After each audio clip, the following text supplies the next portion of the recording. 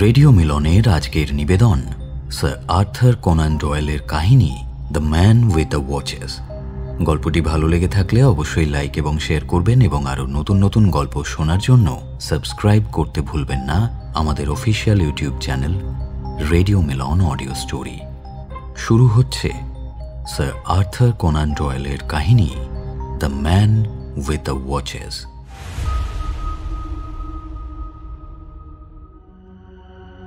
1892 সালের বসন্তের দৈনিক সংবাদপত্রগুলি রাগবি রহস্যের কথায় কলাম ভরিয়ে রাখত। আসলে সেই সময় আর তেমন কোনো ঘটনা ঘটছিল না বলেই হয়তো এটা একটু বেশি নজরে পড়েছিল সকলের। সেদিন থেকে আজ পর্যন্ত এই ট্র্যাজেডি রহস্যময় এবং অমীমাংসিত অপরাধের অন্ধকার তালিকায় স্থান করে নিয়েছে। ঘটনা অনেকটা এই রকম ছিল যে সেই বছরের 18ই মার্চ সন্ধে 5টার সময় একটা ট্রেন হিউস্টন স্টেশন থেকে ম্যানচেস্টারের উদ্দেশ্যে রওনা দেয়। বৃষ্টিমুখর দিন এবং সময় গড়ানোর সাথে সাথে আবহাওয়া আরও খারাপ হতে থাকে। বলাই বাহুল্য, নেহাত প্রয়োজন ছাড়া কেউ এমন আবহাওয়াতে ভ্রমণ করত না। তবে প্রতিকূল আবহাওয়া সত্ত্বেও ট্রেনটা কিন্তু সেদিন মোটামুটি ভর্তিই ছিল। স্টেশনের ঘড়িতে তখন 5টা বাজতে চলেছে। গার্ড জন পামার নিয়ম মেনে ইঞ্জিন ড্রাইভারকে সংকেত দিতে গিয়ে দেখলেন দুজন যাত্রী প্ল্যাটফর্ম ধরে দ্রুত এগিয়ে আসছেন। তাদের মধ্যে একজন অস্বাভাবিক লম্বা, অ্যাস্ট্রাখান কলার এবং কাফযুক্ত একটা লম্বা কালো ওভারকোট পরা। তার এক হাতে একটা বাদামি চামড়ার গ্ল্যাডস্টোন ব্যাগ ধরা। তার সঙ্গী মহিলাটি বলিষ্ঠ পদক্ষেপে ভদ্রলোককে ছাড়িয়ে যাচ্ছিলেন। কালো রঙের স্কার্ফে দুজনের মুখই আংশিক ঢাকা ছিল। একের পর এক জানালার দিকে তাকাতে তাকাতে দ্রুত কামরার সারি ধরে এগিয়ে আসছিলেন তাঁরা। জন তাড়া দেয়, স্যার তাড়াতাড়ি করুন, তাড়াতাড়ি করুন, ট্রেন ছাড়ছে। আপনাদের কোন ক্লাস? First class. লম্বা লোকটার কথা শুনে জন তার সবচেয়ে কাছের দরজাটা খুলে দিল।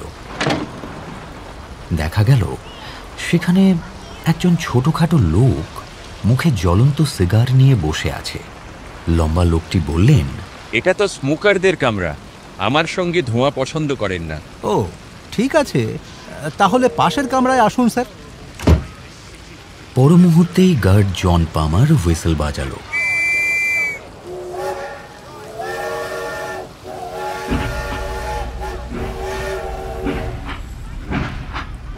ট্রেনের চাকা ঘুরতে শুরু করল। সিগারওয়ালা লোকটি কামরার জানালায় দাঁড়িয়ে গার্ডের পাশ দিয়ে যাওয়ার সময় তাকে কিছু একটা বলল, কিন্তু ট্রেন ছাড়ার ব্যস্ততায় কথাগুলো হারিয়ে গেল।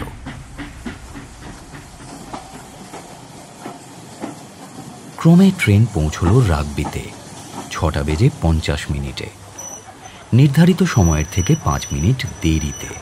কিন্তু ট্রেন স্টেশনে পৌঁছানোর পর স্টেশন কর্মকর্তাদের নজরে এলো ফার্স্ট ক্লাসের একটা কামরার দরজা খোলা। তারপর পাশাপাশি দুটো কামরা পরীক্ষা করে এক অদ্ভুত ব্যাপার চোখে পড়ল। স্মোকারদের কামরায় যে বেঁটে লালচে মুখের কালো দাড়িওয়ালা লোকটাকে দেখা গিয়েছিল সেটা এখন খালি। একটা আধপোড়া সিগার ছাড়া কামরায় আর কিচ্ছু নেই। পাশের কামরাটিতে সেই অ্যাস্ট্রাখান কলারওয়ালা ভদ্রলোক আর তার সঙ্গী তরুণী যেখানে উঠেছিল সেখানেও কেউ নেই। 3 জন যাত্রী অদৃশ্য হয়ে গিয়েছিলেন।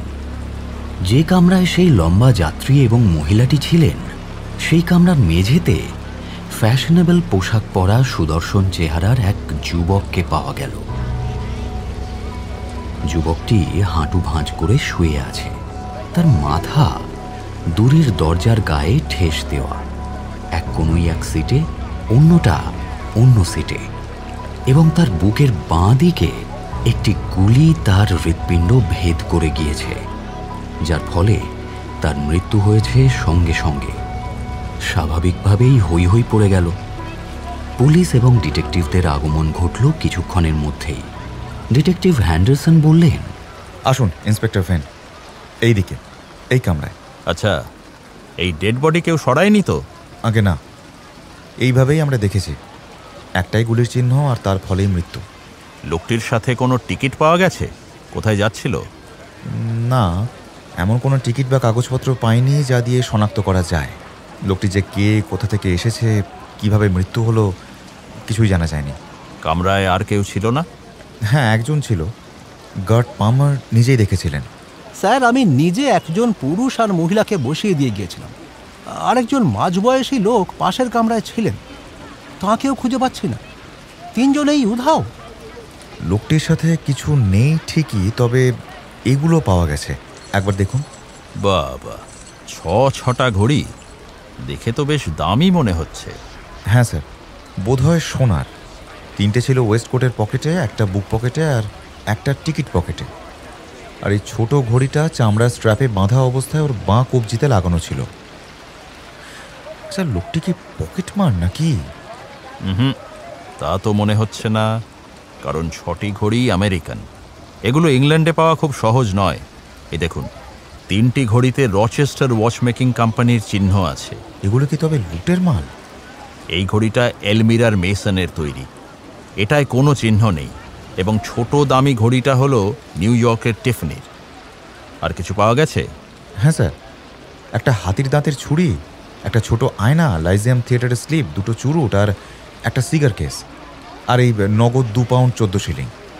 এটা অন্তত স্পষ্ট যে মৃত্যুর কারণ আর যাই হোক, ডাকাতি ছিল না।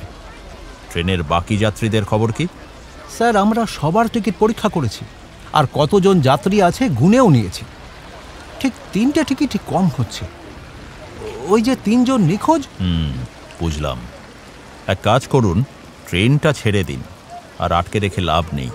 শুধু যে কামরাটা মৃত লোকটি ব্যবহার করেছে সেটি আলাদা করে সাইড ট্র্যাক করে রেখে দিন। আর নতুন গার্ডকে পাঠিয়ে দিন ট্রেনের সাথে। পুরনো গার্ডকে আরও কিছু প্রশ্ন করার আছে। Guard Palmer. হ্যাঁ স্যার। আপনি উইলসডেনের প্ল্যাটফর্মে কাউকে দেখেছেন? না, আসলে আমি তো থাকি পিছনের ভ্যানে। সেখান থেকে কোন কামরা থেকে কে বেরোচ্ছে, কে উঠছে দেখার সুযোগ নেই স্যার।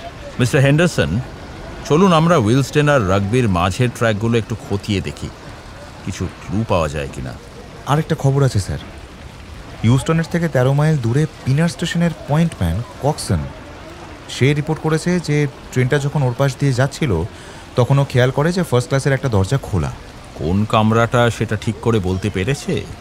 ও বলছে এটা নাকি ইঞ্জিন থেকে 6 নম্বর কামরা। যা বলছে তার সাথে যেখানে ঘটনাটা ঘটেছে সেটা একেবারে মিলে যাচ্ছে স্যার। আর কোনো রিপোর্ট পেয়েছেন এই বিষয়ে? হ্যাঁ স্যার, লাইন বরাবর প্রায় 11 মাইল দূরে হ্যারো গ্রামের কাছে কার্টলার নামে একজন প্লেট লেয়ার কাছ থেকে বাড়ি ফেরার সময় রেল লাইনের উপর একজন মহিলাকে দাঁড়িয়ে থাকতে দেখতে পান। তখন সন্ধ্যা হয়ে আসছিল, কিন্তু লাইনটি যেহেতু সোজা ছিল তাই তিনি মহিলাকে বেশ কিছুটা দূর থেকেই দেখতে পেয়েছিলেন। গুড। মহিলার বিষয়ে আর কিছু? মহিলাটি একটা ওড়না পরেছিলেন এবং হাতে একটা বাদামি চামড়ার ব্যাগ ধরেছিলেন। এক্সপ্রেসটি কাছে আসার সাথে সাথেই মহিলাটি সেদিকে তাকান এবং প্লেট লেয়ারকে দেখতে পেয়ে দ্রুত লাইন পার হয়ে রেল লাইনের ধারের একটা জঙ্গলে অদৃশ্য হয়ে যান। জঙ্গলে চলে গেল? তা তিনি মহিলার পিছু নেননি? সে কথা আর তার তখন মনে হয়নি। ও তেমন অবাকও হয়নি, ও ভুলেও গিয়েছিল গোটা বিষয়টা। পরে যখন মনে পড়ল তখন সেটা আমাদের জানালো। সেই লম্বা লোকটি তাহলে ট্রেনেই থেকে গিয়েছিল আর রাগবিতে নামার পরেই উধাও হয়েছে।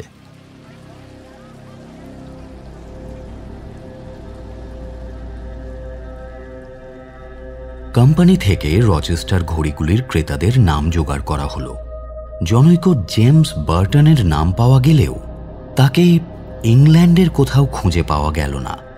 নতুন তথ্যের অভাবে একসময় তদন্তটি সম্পূর্ণ থেমে গেল এবং গত 7 বছরে এই ঘটনা একটা ক্লোজড কেস হয়ে পড়ে রয়েছে। করোনার রায় দিয়েছিলেন অজ্ঞাত ব্যক্তি বা ব্যক্তিবর্গের দ্বারা হত্যা।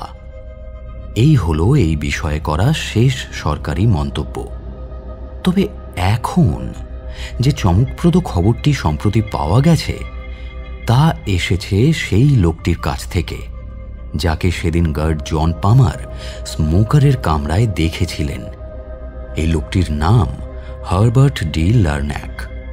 তিনি একজন ফরাসি এবং বেশ কুখ্যাত একজন অপরাধী, যিনি লিও জালিয়াতির মামলা এবং বেশ কিছু গয়না ডাকাতির সঙ্গে জড়িত ছিলেন, যার মধ্যে মন্টিকার্লোর হোটেল স্প্লেন্ডিডে কাউন্টেস অফ নরম্যান্টনের গয়নার ডাকাতি উল্লেখযোগ্য। তিনি এখন নিউ ক্যালেডোনিয়ার নোমিয়ার জেলে 20 বছরের কারাদণ্ড ভোগ করছেন। তিনি দাবি করেছেন যে বিশপের উপদেশে তিনি ধর্মান্তরিত হয়েছেন এবং তার অনুশোচনার প্রমাণ হিসেবে ও তার পাপের সামান্য প্রায়শ্চিত্ত হিসেবে ক্যাথলিক চ্যাপলিন হেনরি ডুভাল এবং কারাগারের গভর্নর জঁ পেরোকে সাক্ষী রেখে এই স্বীকারোক্তি তিনি স্বেচ্ছায় দিয়েছেন, যা যথাযথভাবে লিপিবদ্ধ করা হয়েছে। হারবার্ট বলেছে, 1892 সালের জানুয়ারি মাসে আমি লন্ডনে ছিলাম।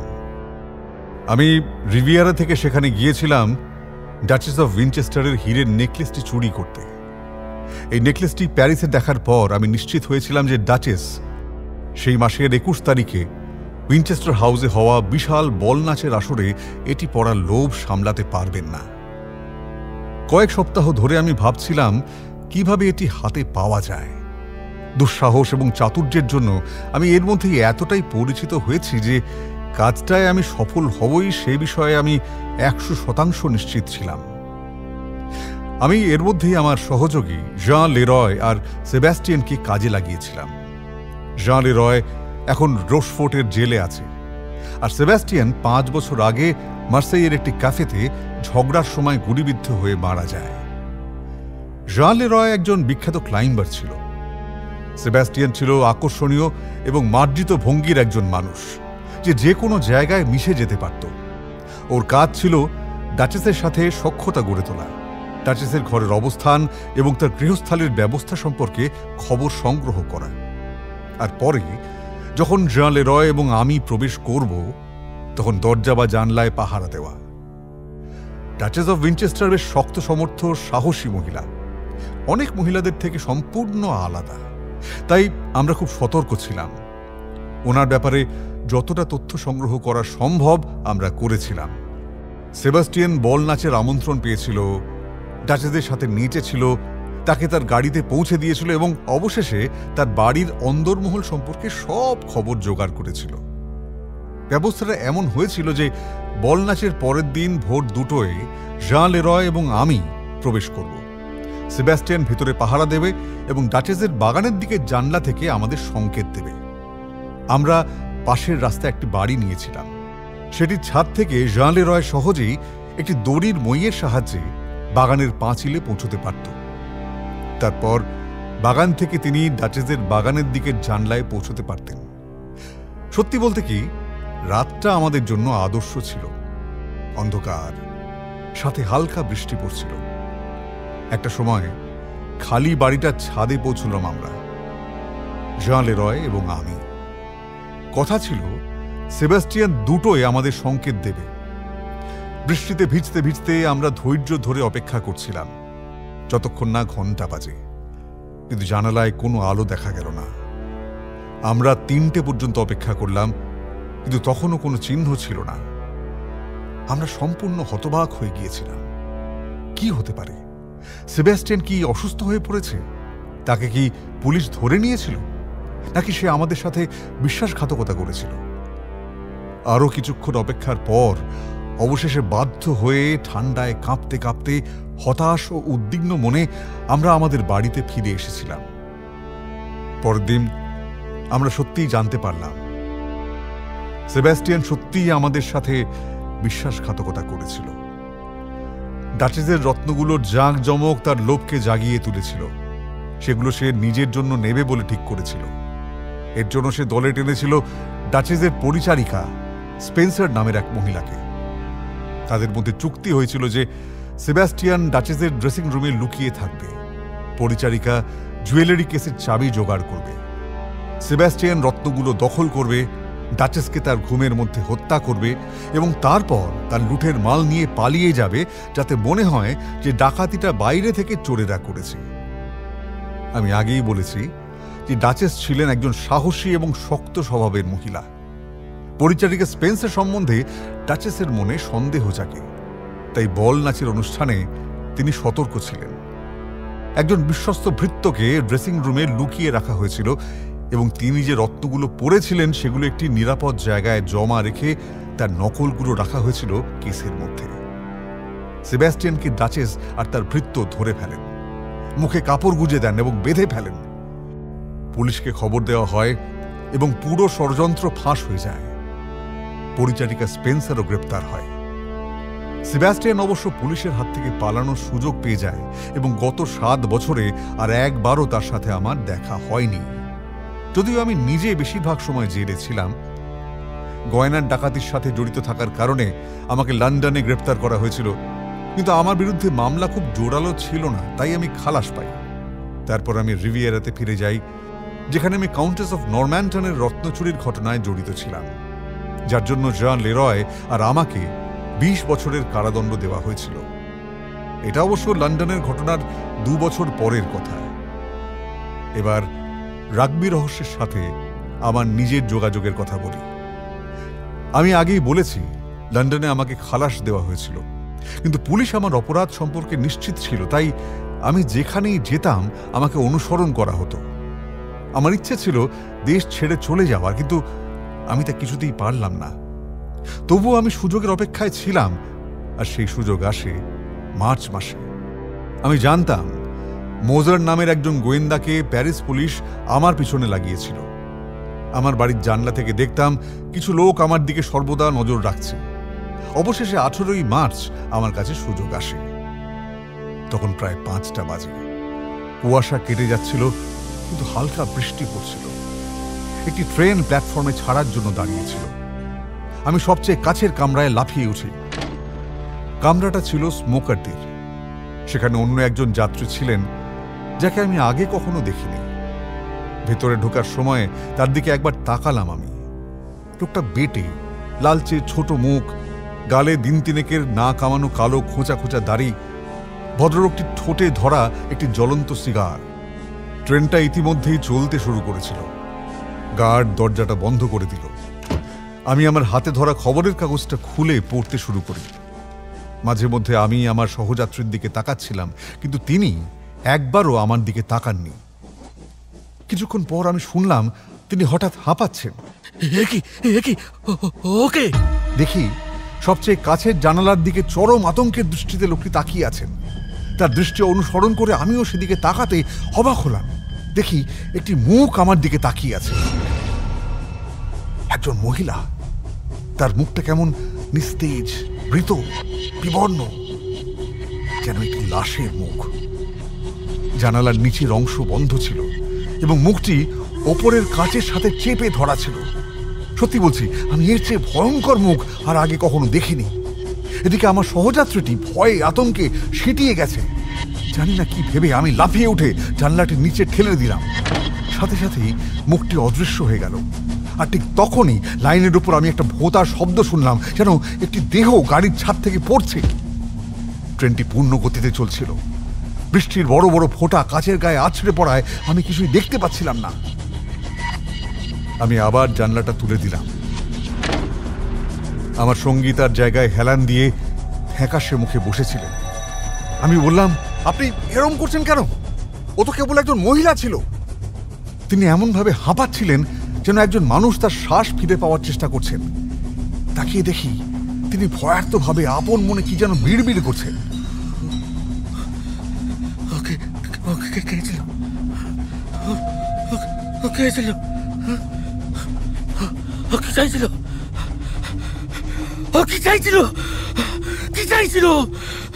ও মারা গেছে, ও পড়ে গেছে। আমার কথায় চমকে উঠল লোকটা। হ্যাঁ, পড়ে গেছে ছাদ থেকে? হ্যাঁ। আপনি কি ওকে পড়ে যেতে দেখেছেন?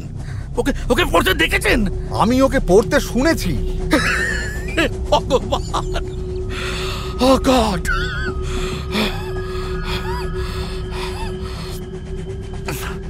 আপনি কি ওকে চিনতেন? না, আমি ওকে আগে কখনো দেখিনি। ভয়ঙ্কর। কি হলো? জানলাই ওই মুখটা কে ভয়ঙ্কর।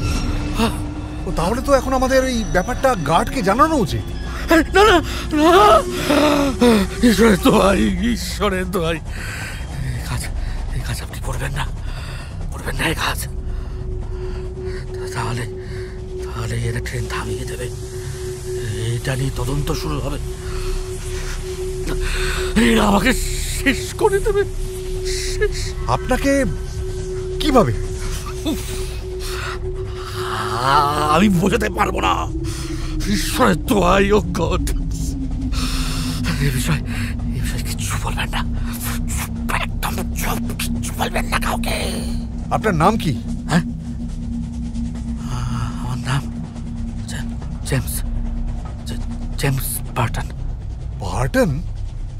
সেই রচেস্টার ঘড়িগুলোর সাথে তো ওই নামের একজন লোক জড়িয়েছিল। আমার কথা শুনে জেমস বার্টন তার জায়গা ছেড়ে এমনভাবে লাফিয়ে উঠলেন যেন তাকে গুলি করা হয়েছে। হ্যাঁ, আপনি আপনি আপনি আমাকে চেনেন? চেনেন? হ্যাঁ হ্যাঁ, আমি আপনাকে চিনি। আপনি সেই লোক যিনি ঘড়িগুলো কিনেছিলেন। আচমকা দেখলাম তিনি তার পকেট থেকে একটি পিস্তল বের করলেন। আর একটা শব্দ করলেই আমি আপনার মাথায় গুলি চালাবো। ইয়েস ইয়েস, আই মিন ইট। মুহূর্তের মধ্যে আমার মাথাটা গরম হয়ে উঠল। আমিও গলা চড়িয়ে বললাম, বেশ, চালান গুলি। আপনি কি মনে করেন এই পিস্তলের শব্দ শোনা যাবে না? আপনি কি ভাবছেন আমি আপনাকে ভয় পাই? জেমস বার্টন ধীরে ধীরে তার অস্ত্র নামালেন। ওর সাথে আমার আমেরিকায় দেখা হয়েছিল, আর সেই হয়ে গেল আমার অভিশাপ। কিভাবে জানেন তো, ওনা আমার প্রতি একদম বিশ্বস্ত ছিল না। আপনার স্ত্রী আমাকে ছেড়ে শেষে একজন প্রেমিকের সাথে পালিয়ে গিয়েছিল। আমি শপথ করেছিলাম যে যদি ওকে খুঁজে পাই তবে ওকে হত্যা করব।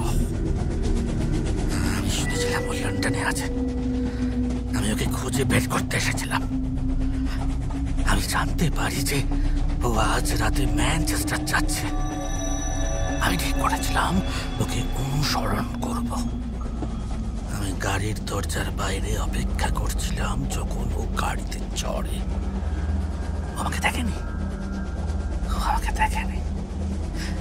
আমি পাশের কামরায় লাফিয়ে উঠি। আমার উদ্দেশ্য ছিল জায়গা মতো পৌঁছে ওর মুখোমুখি হওয়া। কিন্তু তারপর হঠাৎ আমি জানলায় ওর মুখ দেখলাম। ও ওখানে কিভাবে গেল? আমি ভাবতেও পারছি না, আমি কিছুতেই ভাবতে পারছি না। কিন্তু ও তো ছিল ওখানে। আর তারপর ও পড়ে গেল? হ্যাঁ, তাই দেখলাম। আচ্ছা, আপনি এখন কি করবেন ভাবছেন? কি আর করব, আমি শেষ হয়ে গেছি। পুলিশ লাশ খুঁজে পাবে, জিজ্ঞাসাবাদ করবে, তারপর খুঁজে বের করবে ও কে, খুঁজে বের করবে আমি কে, তারপর আমাকে গ্রেফতার করবে। হয়তো না। বলছেন আপনি আপনি মনে করেন যে আমি পালাতে পারবো? কেন পারবেন না? কিন্তু কিভাবে? ওই তো জানলা, ট্রেন তো খুব জোরে চলছে না। কিন্তু এতে তো আমি মারা যাব। ফাঁসি যাওয়ার চেয়ে সে তো অনেক ভালো। আমার ভয় হচ্ছে। তাহলে তো আপনাকে আপনার ভাগ্যকে মেনে নিতে হবে।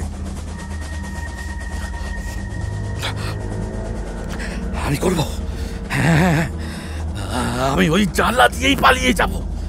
হ্যাঁ হ্যাঁ, আমি পারবো, পারবো।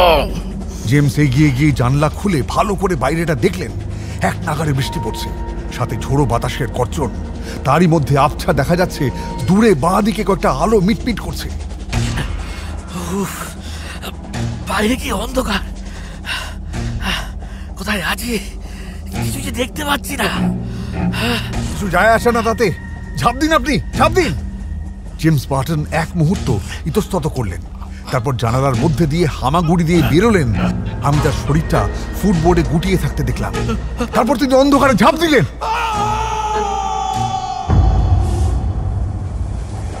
আমি একটা গঙ্গানির শব্দ শুনলাম, তারপরে সব চুপচাপ হয়ে গেল। এখন আমি কামরায় একা। সঙ্গে সঙ্গে জানলাটা বন্ধ করে দিয়ে আবার নিজের জায়গায় বসে পড়লাম। কিন্তু এরপর আমার কি করা উচিত? আমার তো ইংল্যান্ড থেকে পালানোর দরকার ছিল। আমি নিউ হেভেন দিয়ে যাওয়ার পরিকল্পনা করেছিলাম, কিন্তু না, পুলিশ সতর্ক থাকবে, বন্দরগুলোতে বেশি করে নজর রাখবে। ওভাবে পালানোর চেষ্টা করা বিপজ্জনক হবে। আমাকে আমার পরিকল্পনা পরিবর্তন করতে হবে। আমি জানলার বাইরে তাকালাম। ট্রেনটি গতি কমাচ্ছিল। আমরা একটা স্টেশনের কাছে আসছিলাম, রাগবি স্টেশন। আমি রাগবির কথা শুনেছিলাম। এটা তো একটা জাংশন, অনেক লাইন এখানে এসে মেশে। এখানে হয়তো ইংল্যান্ডের অন্য কোনো অংশে যাওয়ার ট্রেন পেয়ে যেতে পারি। তাই ঠিক করলাম আমি এখানেই নেমে যাব। প্ল্যাটফর্মে নামার সাথে সাথে আমার চোখ পাশের কামরার খোলা দরজার দিকে পড়ল। সেটা ছিল সেই কামরা যেখানে গার্ড লম্বা লোকটাকে এবং তরুণীকে দেখেছিলেন। আমি পাশ দিয়ে যাওয়ার সময় ভিতরে তাকালাম। কামরাটা খালি ছিল, কেবল একজন যুবকের মৃতদেহ ছাড়া। সে মেঝেতে গুটিসুটি মেরে পড়েছিল। একটি গুলি তার হৃৎপিণ্ডকে ফুঁড়ে দিয়েছে। লোকটির মুখ ফ্যাকাশে এবং রক্তহীন। তার পরনের পোশাক পরিষ্কার এবং পকেটে ছিল 6টা সোনার ঘড়ি। এবং আমি ওকে এক নজরেই চিনতে পারলাম। এ তো সেবাস্টিয়ান, আমার বিশ্বাসঘাতক সহযোগী। কিন্তু ও এখানে কিভাবে এলো? কি ঘটেছিল ওর সাথে? কিন্তু এরপর যে আর দেরি করা চলে না, আমি দ্রুত স্টেশন থেকে বেরিয়ে পড়লাম। তারপর গিয়ে উঠলাম একটি হোটেলে। ঠিক করেছিলাম হইচই থেমে না যাওয়া পর্যন্ত চুপচাপ থাকব। পরের দিন খবরের কাগজে দেখি যে সেবাস্টিয়ানকে হত্যার জন্য সেই লম্বা লোকটি এবং তরুণীকে দায়ী করা হচ্ছে। মনে করা হচ্ছিল যে তারা লাশটা ফেলে দিয়ে পালিয়ে গেছে। কেউ সন্দেহ করেনি যে এই ব্যাপারে আমার কোনো হাত থাকতে পারে। এরপর 1 সপ্তাহ আমি লুকিয়ে রইলাম। তারপর গেলাম লিভারপুলে এবং জাল নামে আমেরিকার টিকিট কাটলাম। এরপর নিরাপদে নিউ ইয়র্কে পৌঁছলাম। সেখানে গিয়ে জানতে পারলাম পুলিশ তখন ওই লম্বা লোক এবং তরুণীকে খুঁজছে। নিশ্চিন্ত হলাম, যাক, আমি তাহলে এখন নিরাপদ। রাগবি রহস্যের সাথে আমার সংযোগ এইটুকুই। আমি বলতে পারবো না সেবাস্টিয়ান কিভাবে মারা গেল বা তার সাথে কামরায় থাকা লোকটি এবং মহিলাটির কি হলো। আমি কেবল জানি যে আমি ওর মৃতদেহ দেখেছি এবং আমি ওকে চিনতে পেরেছি। হতে পারে যে অ্যাস্ট্রাখান কলারওয়ালা লোকটা কোনো নতুন অপরাধে তার সহযোগী ছিল এবং তাদের মধ্যে ঝগড়া হয়েছিল। হতে পারে যে সেই তরুণী ডাচেস অফ উইনচেস্টারের প্রতিশোধ নিতে চেয়েছিল। কিছুই সঠিক জানা নেই আমার। আমি কেবল জানি যে সেবাস্টিয়ান মারা গেছে এবং আমি এতে খুশি। সে একজন বিশ্বাসঘাতক ছিল, খারাপ লোক ছিল। আমি আমার অনুশোচনার প্রমাণ হিসেবে পুরো সত্যটি বললাম।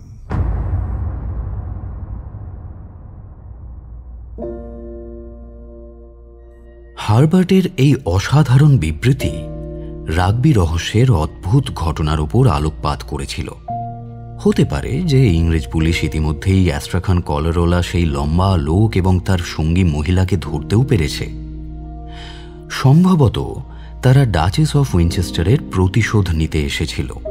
তবে যাই হোক না কেন, এটা পরিষ্কার যে সেবাস্টিয়ান তার প্রাপ্য ফল লাভ করেছিল এবং তার পকেটে যে ঘড়িগুলো পাওয়া গিয়েছিল সেগুলো আমেরিকান জেমস বার্টনের কাছ থেকে চুরি করা ঘড়ি। একমাত্র যে বিষয়টা অস্পষ্ট রয়ে গেছে তা হল রেলগাড়ির জানালার কাছে আবির্ভূত হওয়া সেই মহিলাটির পরিচয়। সে কি বার্টনের স্ত্রী ছিল যেমনটা সে দাবি করেছিল, নাকি সে সেবাস্টিয়ানের কোনো এজেন্ট ছিল? হারবার্টের স্বীকারোক্তিতে উঠে আসা অনেকগুলো ঘটনা শেষ রাতের তারার মতো জ্বলে উঠে আবার দিনের আলোয় মিলিয়ে গেল। 1892-এর সেই রাগবি রহস্য আরও একটি কোল্ড কেস হয়ে বরাবরের মতো বন্দি থেকে গেল স্কটল্যান্ড ইয়ার্ডের ফাইলের ভিড়ে।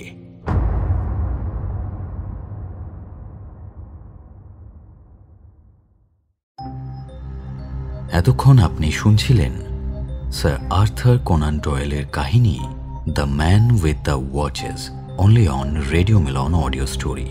গল্পটি ভালো লেগে থাকলে অবশ্যই লাইক এবং শেয়ার করবেন, এবং আরও নতুন নতুন গল্প শোনার জন্য সাবস্ক্রাইব করতে ভুলবেন না আমাদের official YouTube channel radio Milan audio story. আগামী সপ্তাহে আরও একটি নতুন গল্প নিয়ে হাজির হব আমরা। শুনতে থাকুন রেডিও মিলন অডিও স্টোরি।